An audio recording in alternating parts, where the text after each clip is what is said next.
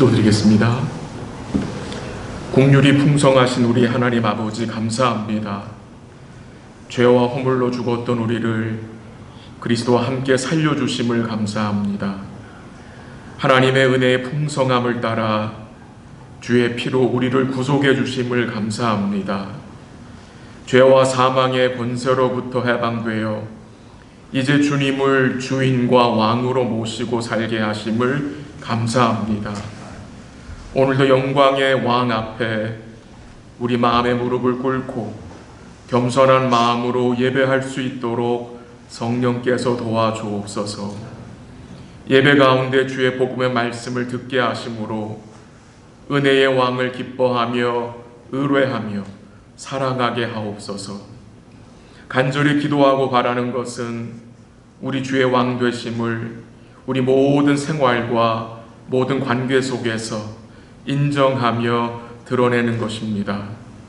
우리가 스스로 왕 노릇하지 않도록 우리의 마음을 지켜 주옵소서. 육의 생각을 따르지 않도록 우리의 마음을 지켜 주옵소서.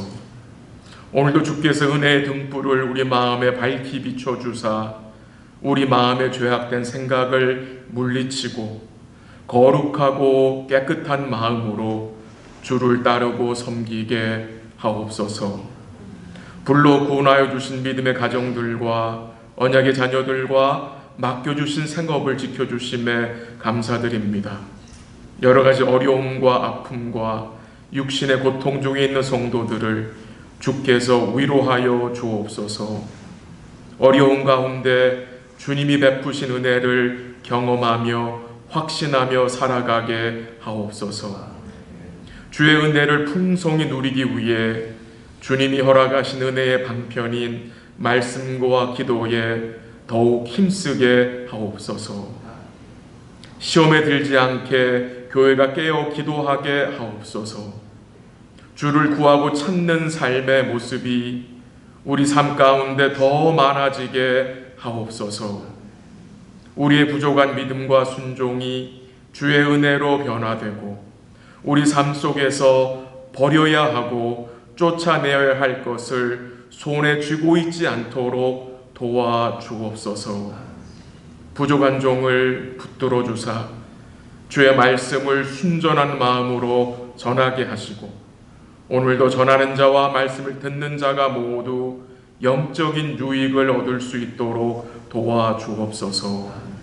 예배를 통해 모든 영광을 받으시고 또 모든 것을 주께 감사드리며 은혜와 긍휼의 주님이 되시는 예수님의 이름으로 기도합니다. 아멘.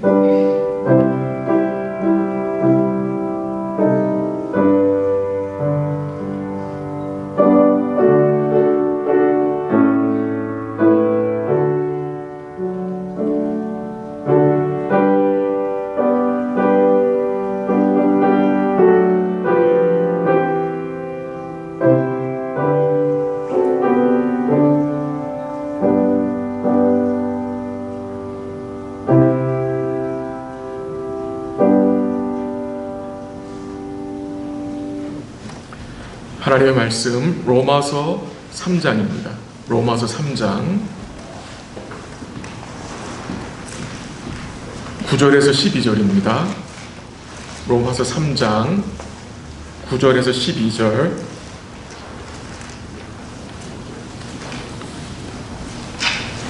로마서 3장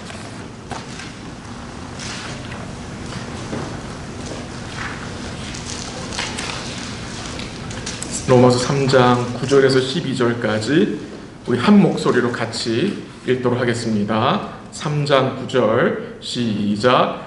그러면 어떠하냐? 우리는 나으냐? 결코 아니라. 유대인이나 헬라인이나 다 죄 아래에 있다고 우리가 이미 선언하였느니라.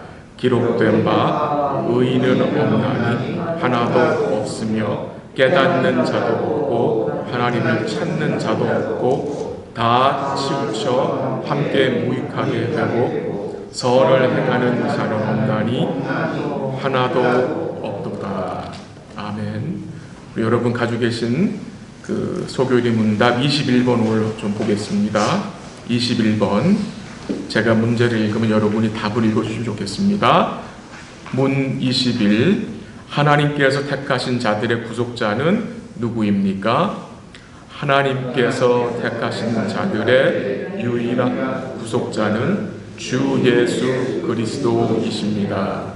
그는 하나님의 영원하신 아들로서 사람이 되셨으며 그는 과거와 지금 계속해서 영원토록 하나님과 사람이시며 구별된 두 본성을 가진 한 위격이십니다. 네. 저희가 지난 4주 정도 공부를 통해서 소교리 문답 13번서부터 20번까지 이렇게 보았습니다. 그 13번서부터 20번까지의 내용은 인간론에 대한 내용입니다. 인간에 대해서.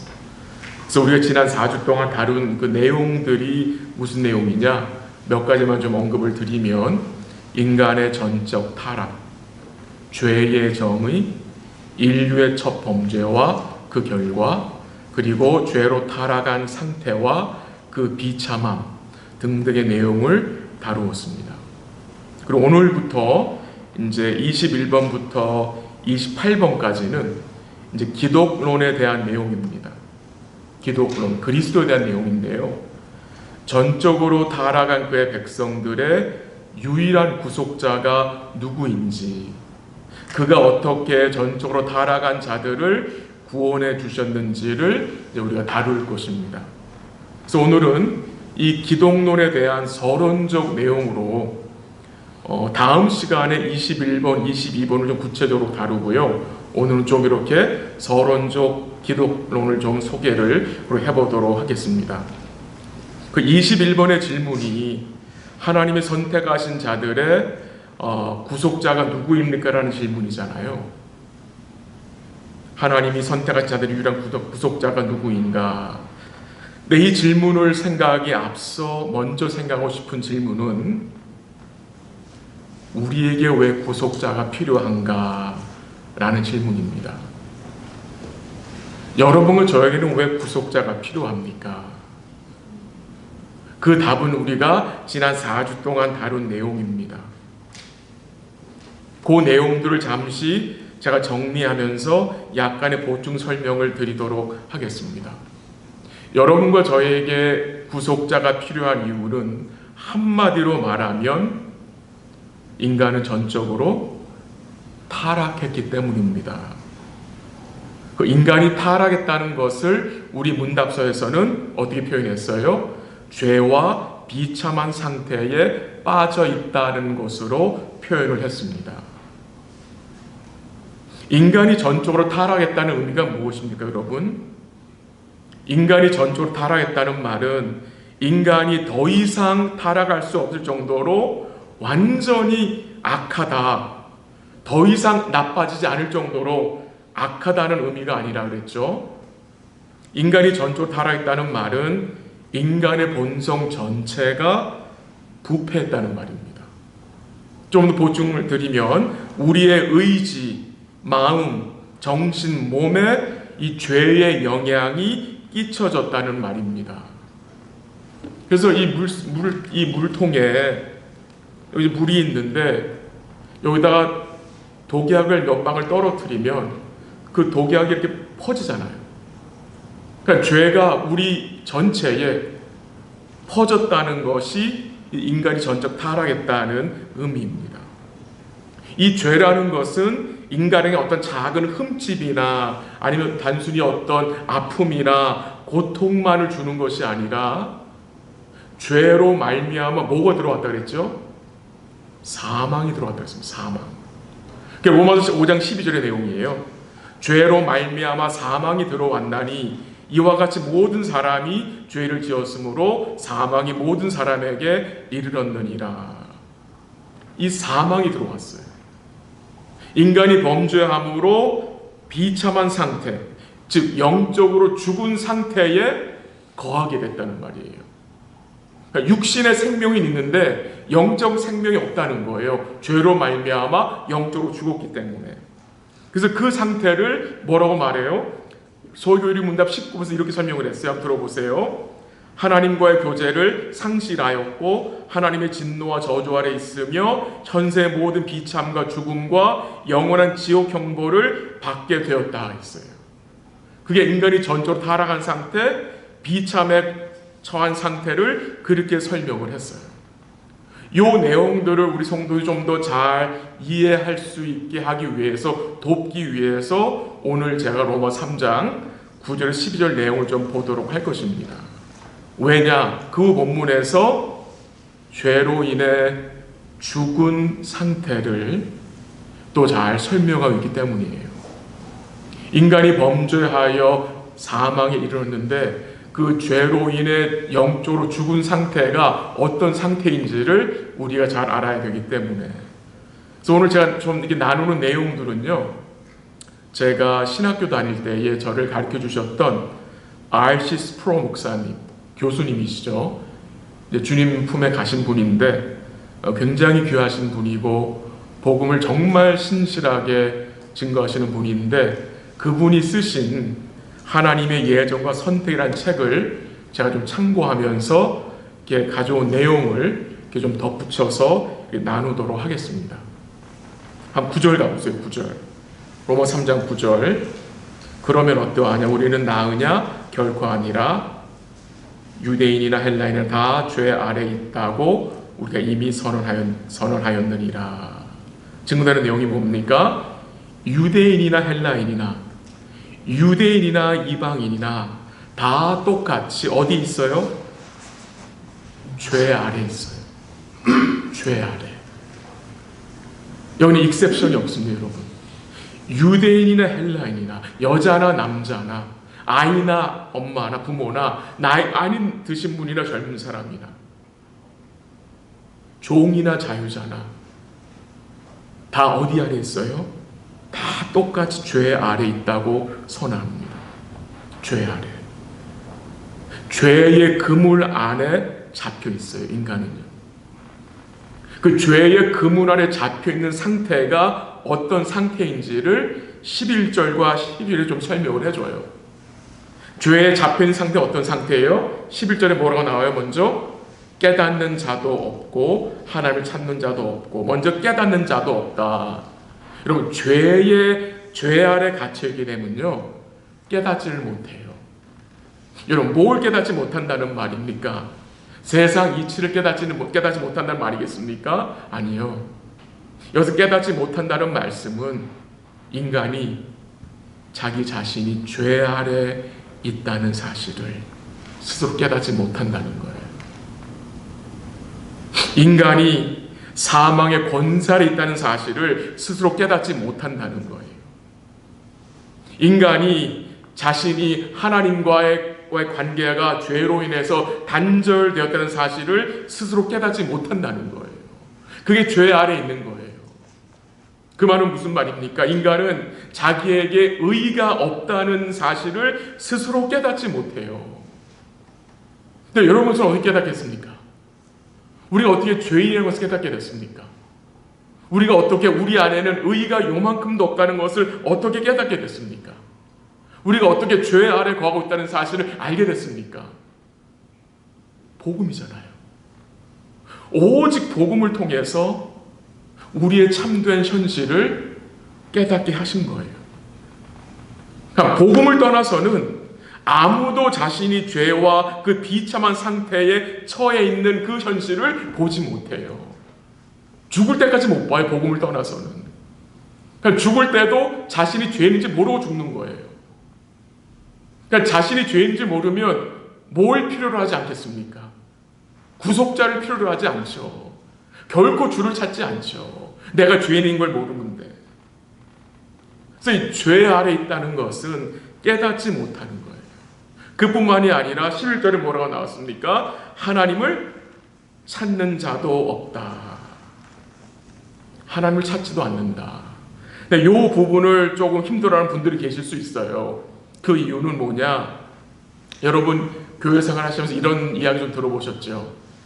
우리 동네 우리 아파트의 아무개는 그리스도인이 아닌데 하나님 열심히 찾고 교회를 열심히 다니는 것 같아라는 말을 들어본 적 있으십니까? 그 사람은 예수를 믿지도 않는데 진리를 찾는 사람 같아라는 이야기를 들어보신 적이 있으시죠? 근데요, 범죄한 인간은 하나님을 찾지 못해요. 범죄한 인간 마음속에는요, 그리스도를 찾으려는 그 선한 마음이 존재하지 않기 때문이에요. 여러분, 세상에 죄가 들어왔을 때에 아담과 하와는 어떻게 했죠? 하나님으로부터 숨었어요. 도망쳤어요. 피했어요. 하나님은요? 하나님은 아담을 피하지 않았어요. 도리어 아담을 찾아오셨어요. 근데 죄인은 하나님을 찾지 않아요. 하나님을 피해요. 그 에덴에서 아담과 하와는 하나님 낯을 피해 동상나무 사이에 숨었다고 증거했어요. 근데 결국 하나님 와서 찾으시잖아요. 인간이 하나님을 찾지 않아요. 예수님이 그래서 찾아오신 거예요. 그렇죠, 여러분? 예수님이 하는 이 땅과 우리를 찾아오신 거예요. 그래서 숨은 쪽은 인간이 아니라, 하나님이 아니라 인간이에요. 근데 왜 사람들은 인간이 하나님을 찾는다고 생각을 할까요? 왜 아무개는 하나님을 찾고 있다라고 생각할까요? 그것은 그 아무개가 하나님을 찾는 게 아니고요, 자기의 소원을 이루어 줄 어떤 신과 같은 존재를 찾는 거예요. 참 하나님을 찾는 게 아니에요. 왜 그러냐? 죄인은 본질적으로 하나님을 찾을 수 없기 때문이에요. 죄의 아래 갇혀 있으면 하나님을 찾을 수가 없어요. 하나님을 찾아주시기 전에는. 우리가 스스로 노력을 해서 하나님을 찾은 게 아니에요. 여러분이 더듬어서 하나님을 찾은 게 아니에요. 인간은 더듬어서 하나님을 찾을 수가 없어요. 근데 우리가 어떻게 하나님을 찾게 됐습니까? 하나님 우리를 찾아주셨기 때문이에요. 여러분, 바울이 하나님을 찾았습니까? 아니요. 다메섹 석상으로 갈 때 주님이 바울을 찾아주셨어요. 여러분, 선한 사마리아 여인이, 아닙니다. 선한 사마리아가 아니라 우물가의 그 여인이 예수님 찾은 게 아니죠. 예수님 그 우물가에 찾아가셔서, 길을 돌아가셔서 그 정오의 그 여인을 찾으신 거예요. 삭개오는 어땠습니까? 삭개오가 하나님을 예수 찾은 게 아니거든요. 예수님이 그 지역에 가셔서 세리장 삭개오를 찾으신 거예요. 그래서 삭개오가 주님을 믿을 수 있던 거 아닙니까? 이 순서가 굉장히 중요한 것 같아요. 주님이 우리를 찾아주셨기 때문에 이제 우리가 주님을 모할 수 있는 자가 됐어요. 찾을 수 있는 자가 된 거예요. 그래서 마태복음 7장 7절에 보면은 구하라 그리하면 너에게 주실 것이요, 찾으라 그리하면 찾아낼 것이요, 문을 두드리라 그리하면 너에게 열릴 것이니. 이게 어떻게 가능합니까, 여러분? 우리가 주님을 찾도록 부르심을 받았기에, 우리가 주의 나라를 구하도록 부르심의 은혜를 받았기 때문에 이것이 가능한 것입니다. 제가 오래전에 언급한 내용 중에 하나지만, 이 전도 집회 가면은, 여러분 옛날에 한국에서 전도 집회 가보셨죠? 거기서 이렇게 강사님, 목사님 나오신 말씀 증거하면서 그 요한계시록 3장 20절 말씀을 많이 사용하시잖아요. 볼지어다 내가 문 밖에서 두드리노니 누구든지 내 음성을 듣고 문을 열면 내가 그에게로 들어가 그와 더불어 먹고 그는 나와 더불어 먹으리라는 구절을 사용하셔가지고 말씀을 전하잖아요. 그래서 전도 집회 강사님들이 뭐라고 말합니까? 예수님이 지금 여러분의 마음 문을 두드리고 계십니다. 지체하지 말고 지금 마음 문을 열면 주님이 들어가실 것입니다 라고 말합니다. 그런 식으로 호소를 합니다. 그러나 이 계시록 3장 20절 말씀은요, 주님 믿지 않는 자들에게 전도용으로 주신 말씀이 아니에요. 이 말씀은 주님이 교회에게 주신 거예요. 라오디게아 교회, 주를 믿는 자들에게 주신 말씀이에요. 주를 찾을 수 있는 자는 오직 주의 부르심을 받은 자들만이 가능한 거예요. 또 12절 가보세요. 3장 12절. 다 치우쳐 함께 무익하게 되고 라는 말씀이 나오죠. 무익하게 되었다. 이 죄의 아래 갇히면 무익하게 돼요. 무슨 말입니까? 범죄한 인간은 그의 육신으로 세상의 것을 얻을지라도 자기들에게 가장 귀한 것, 곧 그들의 영혼은 뭐예요? 별 신경을 쓰지 않아요. 상실해요. 이 죄의 아래 갇히면요, 인간은 정말 자기 영혼에 무엇이 유익한지를 알지 못한다는 거예요. 이게 문제거든요. 죄 아래 거하면요, 정말 뭐가 내 영혼에 유익한지를 알지 못해요. 예를 들어 드릴게요. 사울이 주님을 만나기 전에 무엇이 자기에게 유익하다고 생각했습니까? 할례, 율법의 의, 바리새파 출신, 히브리파 중에 히브리인, 그러니까 유대인 중에 유대인이란 말이죠. 그리고 열심으로 교회를 박해한 그 잘못된 열심을 자기에게 유익하고 생각했어요. 근데 그게 정말 바울이 유익한 것이었습니까? 빌립보 3장에 보면 뭐가 증거됩니까, 여러분? 주님을 알기 전에 바울이 그렇게 자기의 유익하게 여겼던 것들을 바울이 뭐로 여긴대요, 이제는? 무익하게. 어느 정도로 무익하게? 배설물로. 여러분, 뭐가 증거됩니까?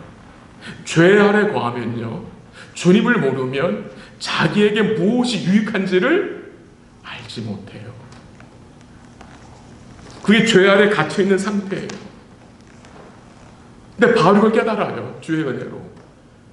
그렇게 내가 내 생에 가장 중요하고 유익하다고 여겼던 것을 다 이제 배설물 여겨버린다는 거예요. 뭐 때문에? 가장 고상한 지식인 예수를 알았기 때문에. 그가 뭘 깨닫습니까?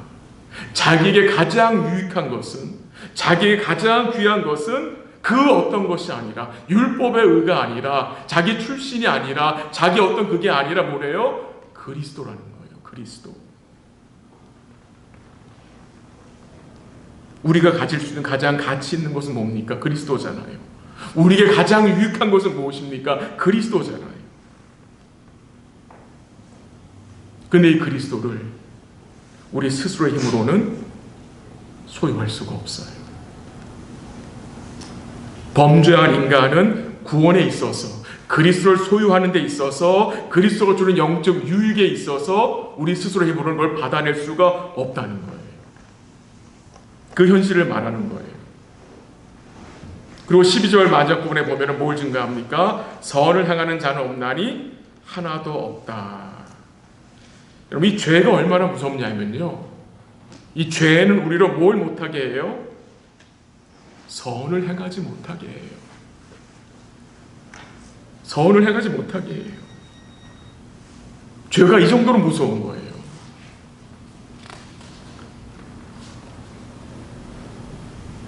근데 여러분, 이 말씀 인정이 되십니까? 선을 행하는 자는 없나니 하나도 없다는 말씀이 인정이 되십니까? 마음속으로.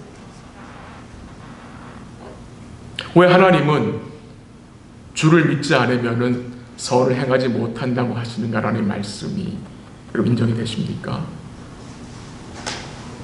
약간 주저가 될 수가 있어요. 왜?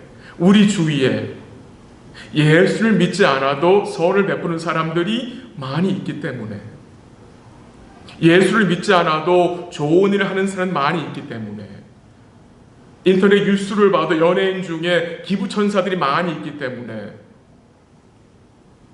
약간 이런 말씀이 주저가 될 수가 있어요. 근데 하나님은 단 하나도 없다라고 말씀하세요. 이 하나님의 판단이 여러분 잘못된 것입니까? 이 말씀이 잘못 기록된 것입니까? 아니잖아요. 이 말씀을 우리가 주저하는 이유가 무엇입니까? 우리가 생각하는 선의 기준이 다르기 때문이에요. 우리는 선을 생각할 때 어떻게 생각하느냐? 상대적으로 이해해요. 상대적으로. 무슨 말이냐?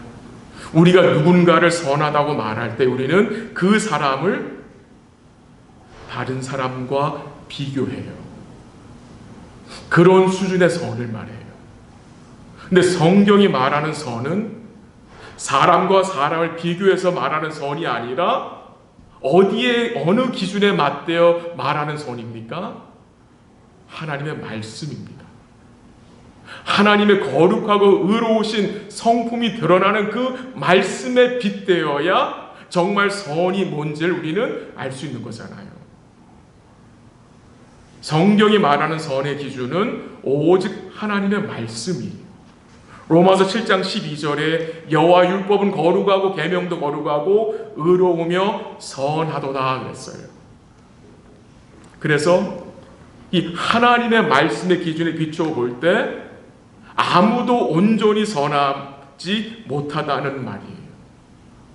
아니 우리가 외적으로 선을 행할 수 있어요. 외적으로. 근데 문제는 뭡니까? 우리의 마음이거든요.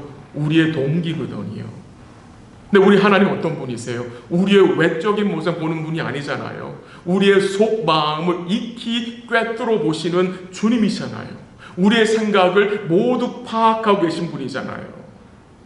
그래서 외적인 행위만 옳아야 되는 게 아니라 우리의 마음, 이 내적 동기가 하나님에 대한 진실한 사랑에서 나와야 그게 선이 되는 거잖아요. 근데 우리가요, 어떤 일을 행할 때에 우리의 행위가 선한 행위이지만도 우리 마음에 선하지 못한 동기를 가지고 행할 때가 있어요. 우리 다 선을 베풀면서도 마음 한 구석에서는 나의 유익을 생각할 때가 있다는 거예요. 그럼 복음서에 나오는 부자 청년 기억나시죠? 그 부자 청년이 예수님께 나와서 뭐라 그랬습니까? 무엇을 행해야 영생을 얻을 수 있습니까? 라고 말했어요. 이 부자 청년은 어려서부터 자기 자신은 율법을 잘 지킨 선한 자라고 생각하고 주님 앞에 섰어요. 근데 주님이 그 부자 청년에게 뭐라고 말씀하셨어요? 하나님 한 분 외에는 선한 이가 없느니라. 그 말씀에 뭐가 포함되어 있죠? 하나님 한 분 외에는. 그 말은 너는 선하지 않다라는 말이에요. 네가 율법을 어려서 지켰어? 그래, 지켰지만 너는 선하지 않다라는 것을 주님이 말씀하시는 거예요. 너는 죄인이라는 거예요. 근데 그것을 깨닫지 못하죠, 이 부자 청년은. 그래서 지금 이 로마 3장 9절부터 12절의 내용을 좀 제가 요약을 해드렸는데요. 인간이 죄와 비참한 상태에 있다는 사실, 이 죄의 권세 아래 갇혀 있다는 그 현실이 어떤 상태인지를 조금 설명을 드렸어요.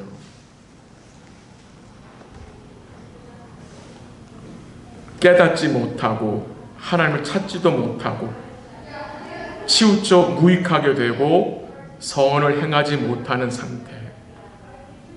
우리 스스로의 힘으로는 그 죄와 사함의 권세 아래에서 빠져나올 수 없는 상태를 말하는 거잖아요. 이 구약 성경에서는요, 여러분, 인간이 죄와 사망의 권세 있는 현실을 무엇을 보여줬죠? 기억나세요? 구약에서는 출애굽기예요. 출애굽기. 이스라엘 백성들이 애굽에서 종살이하는 모습을 통해 인간이 죄와 사망의 권세 있는 것을 보여준 거예요. 근데 이스라엘 백성들이 여러분 어떻게 애굽에서 구원을 받게 되었습니까? 자기들 스스로 연합을 해서 빠져나온 것입니까?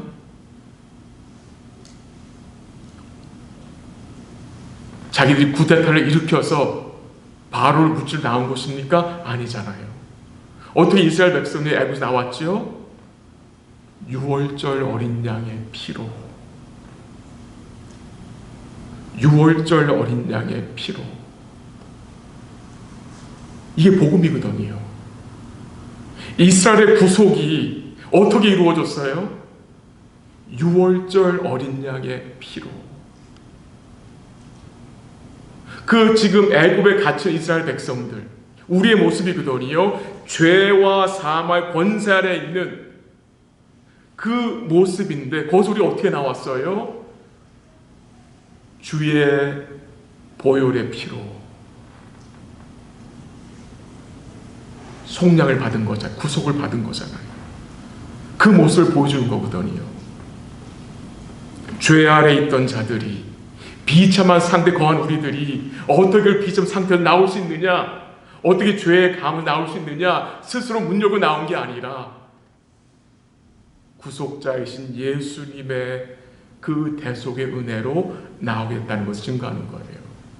그럼 우리 에베소 가볼게요. 에베소 한번 2장 가보세요. 에베소 2장 1절 한번 가보세요. 에베소 2장 1절. 그는 허물과 죄로 죽었던 너희를 살리셨도다 라는 말씀이 나오죠. 그는 허물과 죄로 죽었던 너희를 살리셨도다. 죄로 죽었던 너희를, 죄로 죽었던 너희라고 말씀하시죠. 그러니까 죄로 인하여 사망이 우리에게 임하였다는 말이잖아요. 그렇죠? 이 에베소의 성도들이 육신은 가지고 있어요. 육의 생명은 있지만 죄로 인해서 영적인 생명은 죽었다는 말이잖아요. 그렇잖아요. 죄와 허물로 죽은 자들에게는 단 한치의 영적 생명이 없어요. 육적인 생명만 가지고 있는 거예요. 영적으로는 완전히 죽은 상태에 있는 자들이에요. 근데 이런 자들을 하나님 어떻게 하신 거예요? 4절 가보세요. 4절 같이 읽게요. 4절 시작.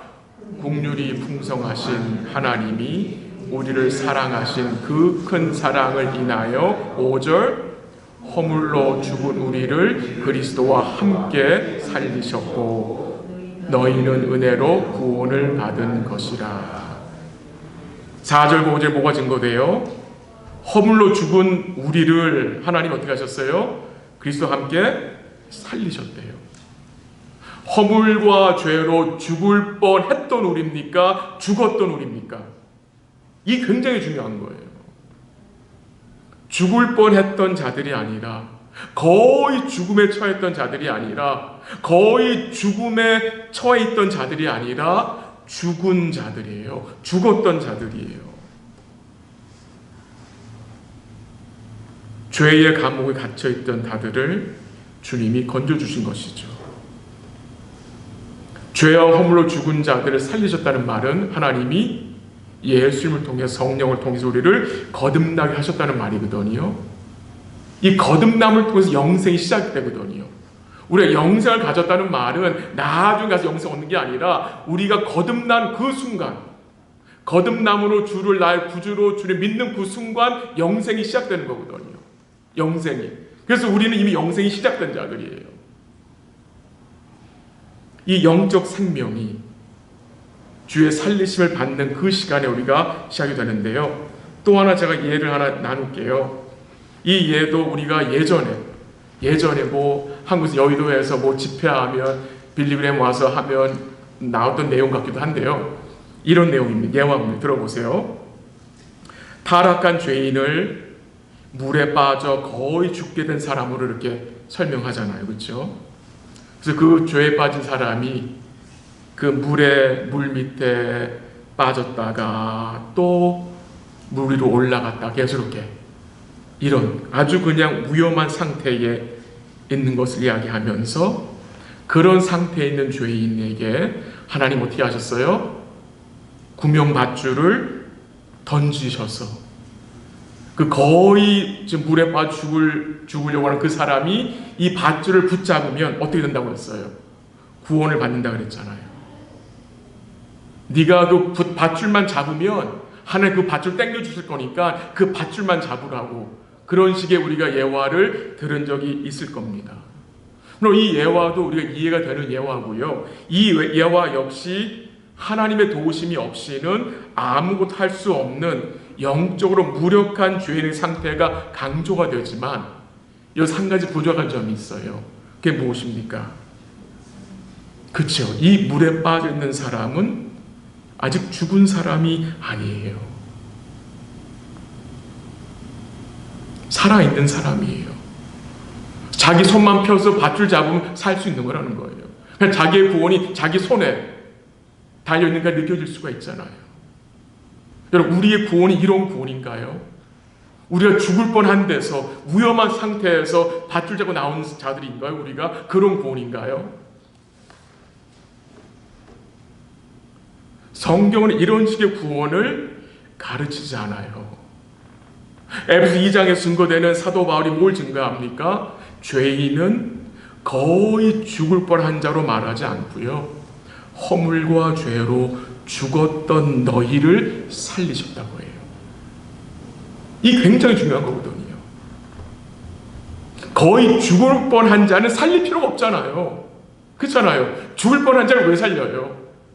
살리셨다는 말은 죽었기 때문에 살리는 거잖아요. 그렇잖아요. 그렇잖아요. 그래서 5절에서도 허물로 죽은 우리를 하나님이 그리스도와 함께 살리셨다고 했어요. 언제 살리셨냐? 죽을 뻔했을 때가 아니라 허물과 죄로 죽었을 때에, 영적으로 죽었을 때에. 영적으로 죽으면 아무것도 못해요, 여러분. 아무것도 못하잖아요. 손 하나 까딱 못해요. 내 손을 밧줄 못 잡아요. 죄로 인해 사망한 자는 아무것도 못하잖아요. 그래서 바울이 증거하는 죄인의 모습은 인간이 물에 빠져 허우적대는 것이 아니라 이미 물속에 빠져 죽은 자입니다. 내 주님이 그 죽은 사람을 끌어내서 뭐 한 거예요? 살려내신 거예요. 살려내셔서 거듭나게 하셔서 주를 믿게 하신 거예요. 그게 구원이에요. 그래서 에베소 2장 8절 9절에 뭐라고 말합니까? 구원은 하나님의 선물이라고.